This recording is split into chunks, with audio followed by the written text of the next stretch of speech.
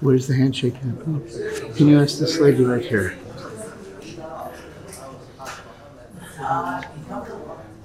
Can you move over a little bit, please? Thank you.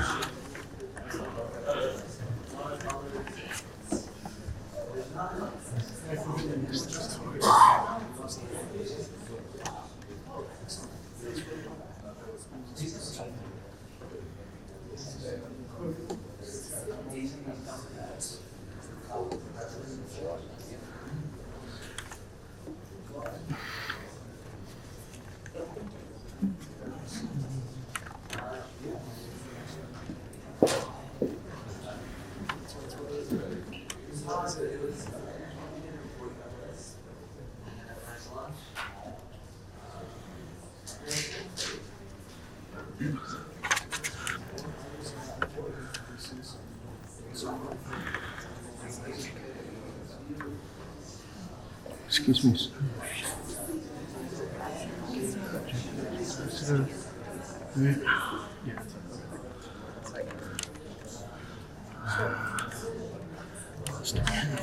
Sorry.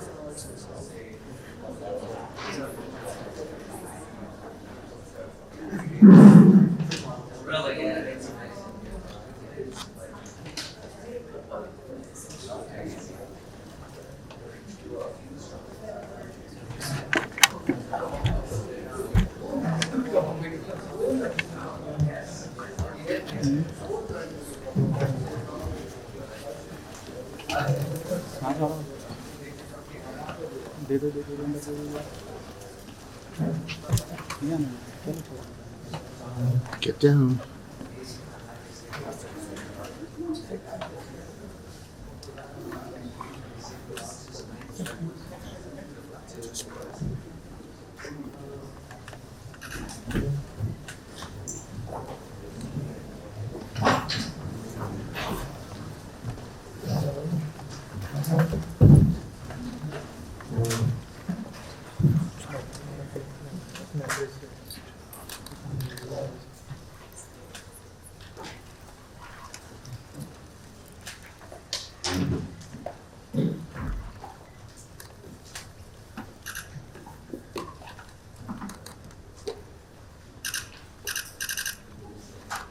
Colleagues,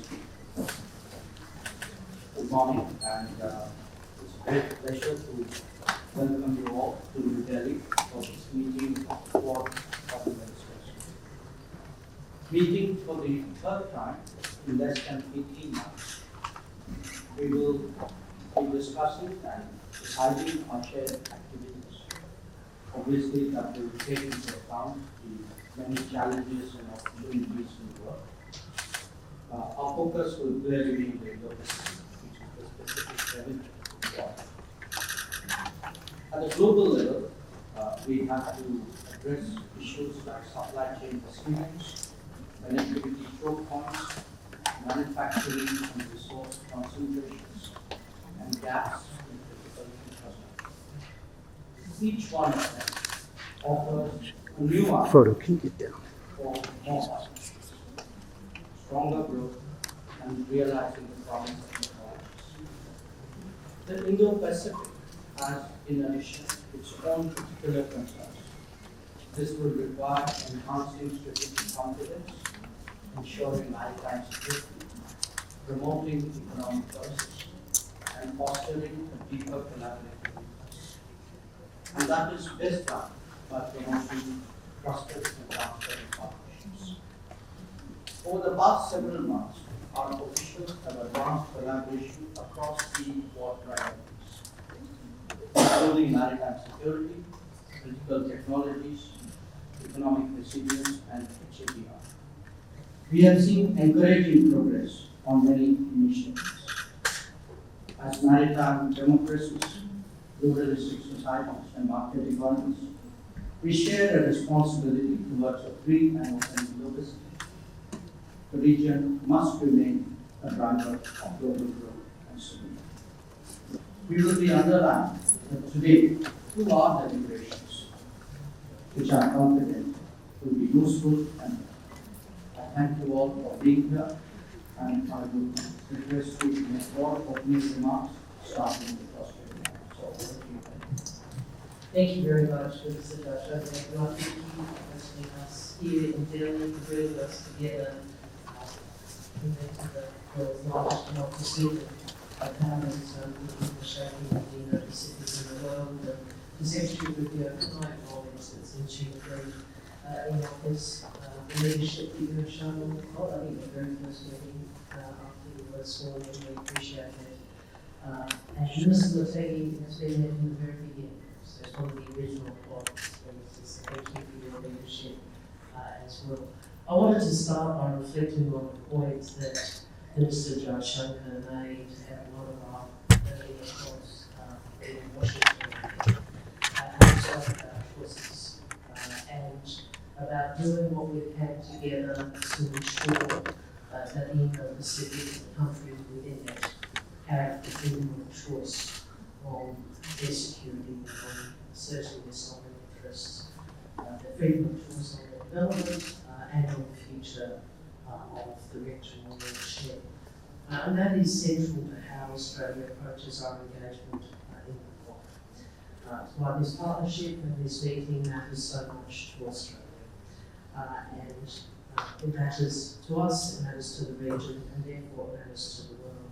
I think we all understand we meet today with a region that is under pressure, accelerating context, deteriorating strategic environment, and acute economic stress.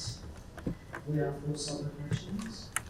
We have our own histories, our own interests, but there is great alignment between our interests.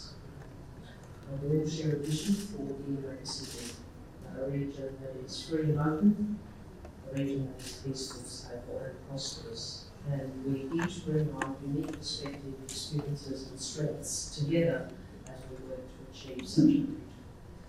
As the bloc, we've delivered concrete results when we responded to natural disasters, when we've mobilised to support communities affected by things like the earthquake in Myanmar or the landslide of Papua New Guinea. We've also cooperated on critical infrastructure, undersea cables, we've cooperated on maritime security, and we've cooperated on critical minerals.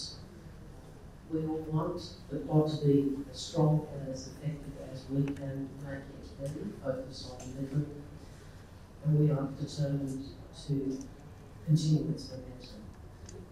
This is the future we want for our region, peaceful, stable, prosperous region, and today we continue the work to build it. Thank you. Thank you. May I now request Japan to say thank you. Thank you, I was speaking Japanese. 日米傾向に外相会合を開催できると、嬉しく思います。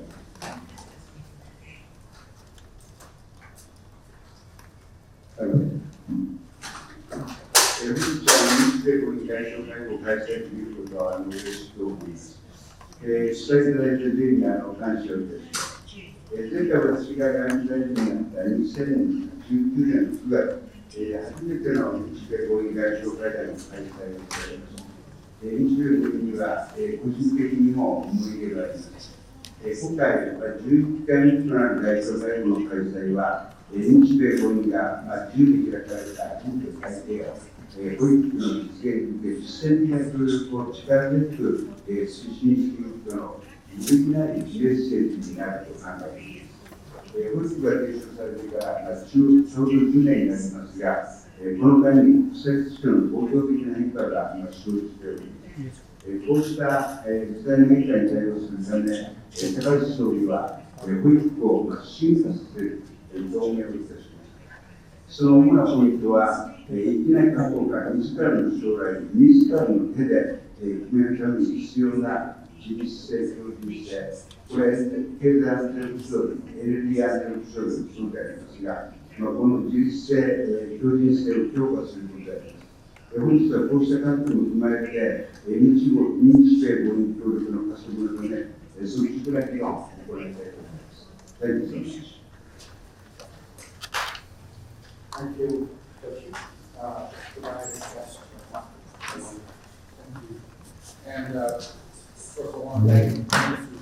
Jaishankar and the Indian government for hosting us, not just me personally, over the last 3 days. Not just, I want to thank Minister Jaishankar and the Indian government for hosting us here, not just in the bilateral visit over the last 3 days, but for hosting this important gathering here again today. I want to thank Toshi and as well for joining us, and for your willingness to come over here and do this. And it becomes an important time. It was our goal, as I began as Secretary of State, and it has been pointed out earlier, my first meeting as a Secretary of State was the Quad, literally, within minutes of being sworn in. And I thought that demonstrated our commitment to this process. But our goal collectively over the last year has been to turn this from a forum in which we meet and talk about problems to one where we actually do something about it. And I think we can report to our people's perspective that we are beginning to do that pretty aggressively and pretty impressively on the areas of cooperation. And it's also interesting that on the areas that we are working together on have become even more relevant and more important because of recent events around the world. And so today, I think we'll make even further progress on operationalizing our relationship, on the areas that we can cooperate on. And by the way, the most interesting thing about the Quad is not simply that it is a gathering of 4 strategic allies in which we come together to sort of compare notes about areas of common interest, but also, and it not only is it increasingly becoming a forum by which we need to take action, but each of these 4 nations represented here today bring unique capabilities that collectively we can bring to bear on some of the most significant problems facing the world, whether it's a humanitarian response, whether it's the security of energy, whether it's the freedom of navigation, whether it's the need to diversify our supplies of not just energy, but critical minerals and supply chains. These are areas where all 4 of our countries, collectively and individually, can bring tremendous assets to bear in terms of solving these problems. So thank you for hosting us, and I know we're going to continue to not just meet but take action, because a lot of work happens after our meetings. Our staffs go back, they coordinate year-round constantly. We have people at the State Department that are specifically assigned to this relationship and to this forum, and to turning it into action.